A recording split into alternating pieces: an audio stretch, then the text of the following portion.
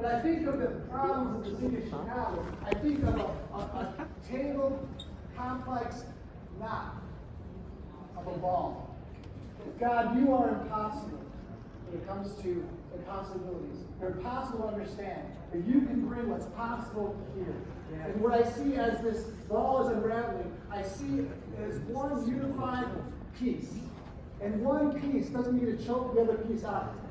And so we speak life, we speak grace. We're united as Chicagoans here to make this city a city that functions, a city of love, a city of grace.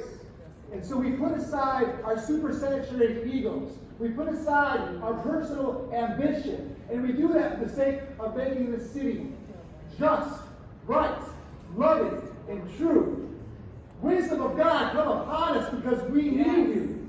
We cry for you. We cry for this budget to be something that assists and helps every citizen of Chicago, every visitor that comes here. I did not come to church. What the fuck? We pray for what's impossibly good. And some of you hear that, and your genuineness and your cynicism clouds over that. May that not affect your wisdom and bring forth a good future in the city. That we come around a common ground, a common purpose, in a communal way for a better city, a better place to live. We believe that the best has yet to come to the city of Chicago. Yes. Come on. We speak that blessing over the city, yes. the authority of Jesus. Yes. Yes.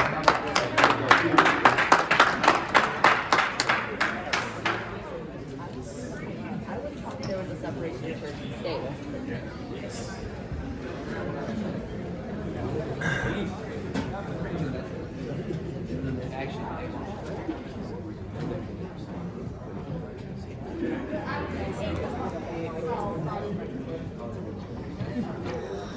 The portion of the meeting, the portion of meeting for public comment. The council now begins the public comment period, limited to a maximum of 30 minutes.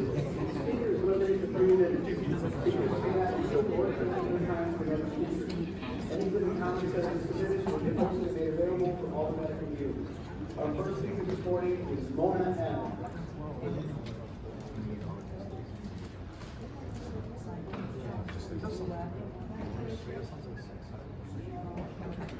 Good morning, council members. Can you hear me? We can hear you. Thank you so much. Thank you, council members, Alderman, for allowing me to speak. Information is imperative to making appropriate decisions in government. I would like to remind you that it is my responsibility to bring to you relevant information, but your job to use it as a governmental body, to use the information to make sound judgments pertaining to the residents of Chicago. I am not here to demonstrate against a religion, but against the abuses happening behind the cloak of it. Scientology is an abusive religion that will go to great lengths to remove those that get in their way. One such person is a streamer called Nancy Drew.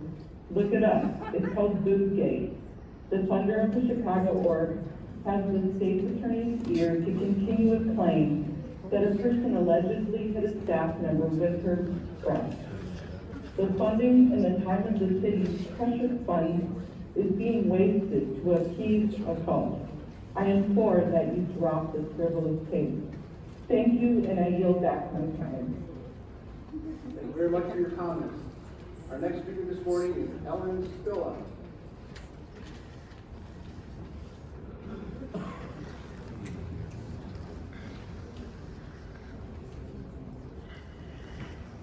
Hi there, am I audible? Yes, we can hear you. Welcome. Oh, fabulous, thank you. I appreciate this opportunity to speak in this forum. I'm Ellen Zala. I'm a sewing teacher in Sugar Grove, Illinois. That's about 45 miles out from the city, but I regularly enjoy coming into the city of Chicago. I am here speaking on behalf of my entire kids' sewing school. I run a sewing school, and I am asking that you pass the ordinance to ban fur in Chicago. As a sewing teacher, I teach all of my young students about fabrics and textiles. I share with my students the horrible reality that is fur. The youth of today want absolutely nothing to do with wearing an animal's fur. The use of animal fur is cruel and most outdated. With the advances in technology, textiles, we have achieved today, using animal fur for warmth is just not needed. It is a huge waste of resources and lives and extremely uncompassionate. We have evolved with technology. Let us please evolve as a city with compassion and lead the world to show that our children, there is no place in our city of Chicago for this cruel fabric which represents such pain. I urge the city of Chicago to please pass the ordinance to rid Chicago of this cruel product. I thank you so much for this opportunity to share my thoughts. Thank you very much for your comments. Our next speaker this morning is Zoe Lee.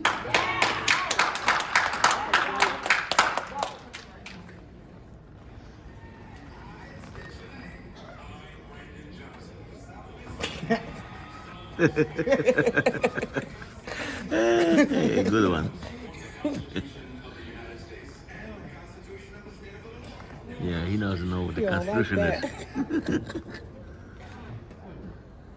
Nearly 2 years, the city of Chicago has refused to resolve a case that blatantly violates the 5th and 14th Amendments. Instead, they have continued to commit federal law violations and support fraudulent documents filed by City of Chicago Attorney Bradley Wilson. Ironically, the city is prioritizing settling cases against the police, even in instances where individuals shot at officers first, while disregarding clear constitutional and legal breaches in this matter. Democrats love to accuse Trump and Republicans of corruption and constitutional violations. Yet, under their leadership in Chicago, black families like mine face the same abuses, constitutional rights ignored, fraudulent actions covered up, and public corruption left unchecked. Mayor Brandon Johnson, you took an oath to uphold the Constitution. Or when you took an oath but you only intended to fight for the 10th and 14th Amendments regarding illegal aliens. You're paying for votes to pass the budget. Everything about this body and administration is unconstitutional. I keep coming here. You know I've been coming here for 2 years. I don't have to tell you about my case anymore because you know about my case.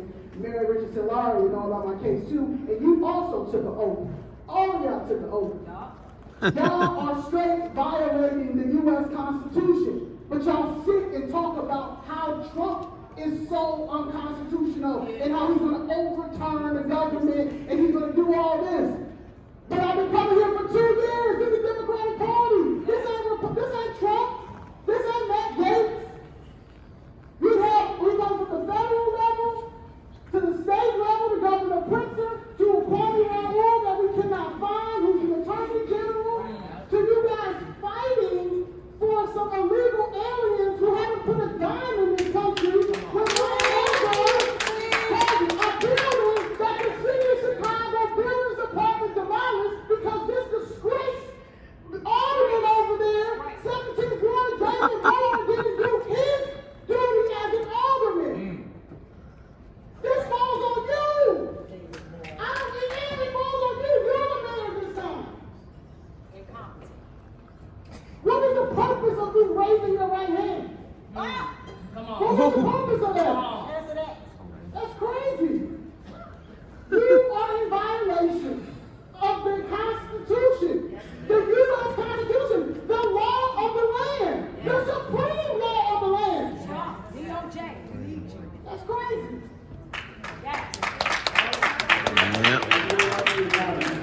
Our next speaker is Jessica Jackson.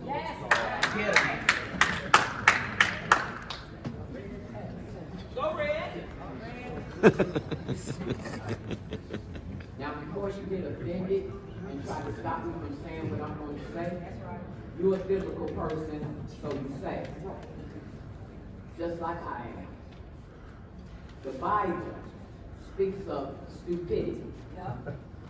The Bible says that the children of Israel were a stupid, stubborn, stiff-necked people. That was the reason why they couldn't get out the wilderness. Come on now. The stupidity of this administration, the stupidity of this administration to think that we don't know any better than to know that you all are going to pass that budget. Right. With all of those tax increases. The stupidity to think that we don't know that you all could have corrected this stuff a long time ago. The stupidity to think that you all could come with this type of cut, this type of recommendation, and not come with the true accounting of how much money was spent on these illegals. You all have yet to be transparent with that. That's the biggest financial downfall of the city. Yet, there has not been any type of audit, any type of financial accounting for illegal immigration. Right. It is stupidity of this administration to think that we did not know the other day at the budget meeting when they had the law department here, that key members of the law department that's sitting here every day, like that Levine, like that other one with the glasses, to think, Mary Richardson, Lori, that you really could make us try to think that the city and the county are so different, so separate, that they don't intertwine with one another, especially when it comes to public corruption. For you to insult people like that. For you all to think that we believe that you did an 800 survey of voters that made you all step back and look at what you were voting on. When we stood at this mic, and I told you that if you voted wrong for money, we was coming for them seats. That's where it came from. Not from no fake 800 people. So now, we're going to continue with what we started. Make you famous Friday. And you all think through your thick heads that we're not playing. After we pulled the name yesterday for Michelle Harris. Yes, to go. And she can sit there and watch like she don't hear it. But everybody knows when you hear your name, it triggers something inside of you. Tune in, 6 o'clock on Zoe Lee. Leigh. YouTube. We're going to make you famous, Alderwoman Michelle Harris.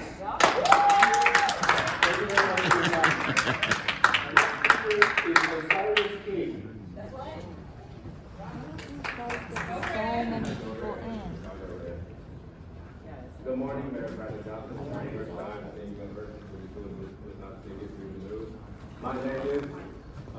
My name is Osiris. I'm a young 26-year-old man here in Chicago. And I remember when my elementary school in the area that I live in, the Wadsworth Elementary School, was turned into a migrant shelter. And I remember how Democrats talked to us like we were stupid. You need help. The immigrants need help. Y'all gotta work together. They live in poverty. This is something they got to accept. And they talk to us like we were 5 years old. But y'all wanna talk about Republicans belittling black people and talking to them like they're stupid? I felt like I was 3 years old, like, okay, like I don't know where Venezuela is on a map. Half of the people who support these migrants probably could have pointed to Venezuela on a map, but a lot of folks are probably wondering, what is this young black kid or young black man doing wearing this hard hat in City Hall today? Well, let me tell you. Growing up, my favorite show was Bob the Builder. He wore a very funny yellow hat. This hat is a symbol of Bob the Builder building a wall, building it tall around America, around Chicago. We don't want immigrants in our community. We don't want migrants terrorizing our own people. And to have y'all sit up here and say, we have to accept $70 million being given to them when you got black people who are already struggling and need help, it is a disgrace. It is a disgrace. And this election of Donald Trump represents something that is just more than him winning. This is the end of vote blue no matter who. This is the end of say black, you gotta vote for them. This is the end of Democrats saying, let's choose the two evils. They did that with Hillary. They did that with Biden. They did that with Kamala. It didn't work this time. People are sick and tired because nowadays, you gotta get your hands dirty. You gotta come down and talk to the people. You gotta give a little bit. You know what my name is? You know what my name is? Black people jump. We say how high? They say stoop down. That's me. Say how low? They say go vote Democrat. We'll run faster than you saying go to get to the ballot box. But this is That's the me end. right And now. that's like also said. People talk about Bear Brandon Johnson, but he's just a microcosm It's coming. of the problem in the Democrat Party. Uh-huh. I want to talk to the Democrats. Check those channels, you see. In New York City, Black Lives Matter is very upset, and that's fine. But also be very upset about what's going on in Chicago with these black people being terrorized by the migrants, the illegal immigrants, and no one can say anything about it. It's not fair. So at the end of the day, with the time I got left, I want people to think about who really has the power. Democrats think they have the power. Obama, who was an abomination to this entire nation, thinks he got the power. Hillary Clinton and Chuck Schumer and Nancy Pelosi think they got the power. They think they can bully us and we gotta stand silent about people in America everywhere. No, that we got the power. Yes! Somebody's gonna get up there, yang yang.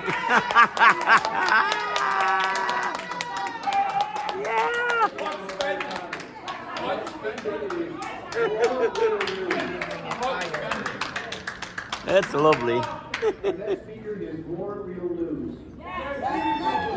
Oh man.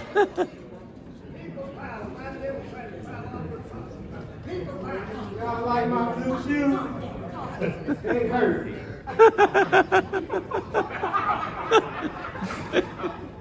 Oh, you're recording live. Huh? You're on. Yeah. Yeah. Oh, this is That was previous. A little bit of Stairs. time to Yeah. go in Jackson. And I've been homeless. My child and I have been on the streets. I have people working for me all over the world, not only in Chicago. Some bogus stuff with some Democrats won't get us in a I lived here for 45 years. on the 22nd. Lovely city. But exactly. Screwed up people, some of them. You can get everything in them. Even though I gave you information on how to shelter, treat our people, etc. But y'all can build these nice shelters and put them in these nice hotels. You know, I got those stability now. You know what I'm saying? So I'm gonna be speaking a little different and a little better. I ain't gonna cuss you out like you told me not to. All right. I ain't gonna get you. I ain't gonna get you. Cause I'm not fake here. It's just that I'm a real man and a real father. So I feel a different hurt than you do. And that makeup ain't for him. Don't try to joke on him. That's for his wife. You know what I'm saying? I'm rapping. My wife is napping. We will. I ain't faking. I ain't faking this thing. Excuse me. I'm not faking this saying who I am. I tell them all the time, I'm Morris Mary. Whether who like it or not, I stand on that. I ain't faking like Miss Clay, Islam, and more and things like that. You ain't even got a thing on your name. Stop faking. I ain't faking like your neck tells you. Claiming, oh, we're for the people, and then vote something different. Yeah. And I'm running for alderman in that ward, in the 20th ward. And I'm standing on that 20th of a love, true, peace, freedom, and justice. So the streets know what I'm talking about. I'm running for that ward. A real man, a real person for the community, a real person that y'all know came for nothing. I've been down here, came for nothing. From the ground floor, even when we was homeless, I still dressed nice and represented as a man, and as a father, and as a leader. And also prophesied things down here. Yes, you did. And as well as my comrades.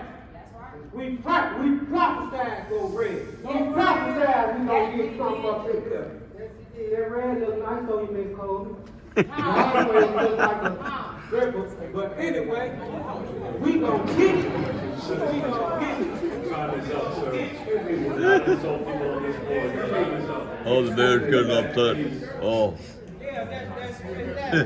Speakers are reminded that people of all ages are listening to public comments, and we ask that you refrain from personal attacks and using profanity. Thank you very much. That's not no profanity. Look at a dictionary, I stupid. would ask you to be removed. Yeah. First Amendment. Please, First Amendment. continue. Our next speaker is Moises Moreno.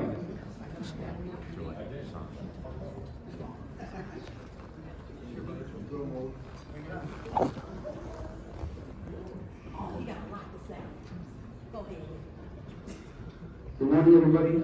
My name is Moises Moreno. I'm an organizer with the Alliance of the Southeast.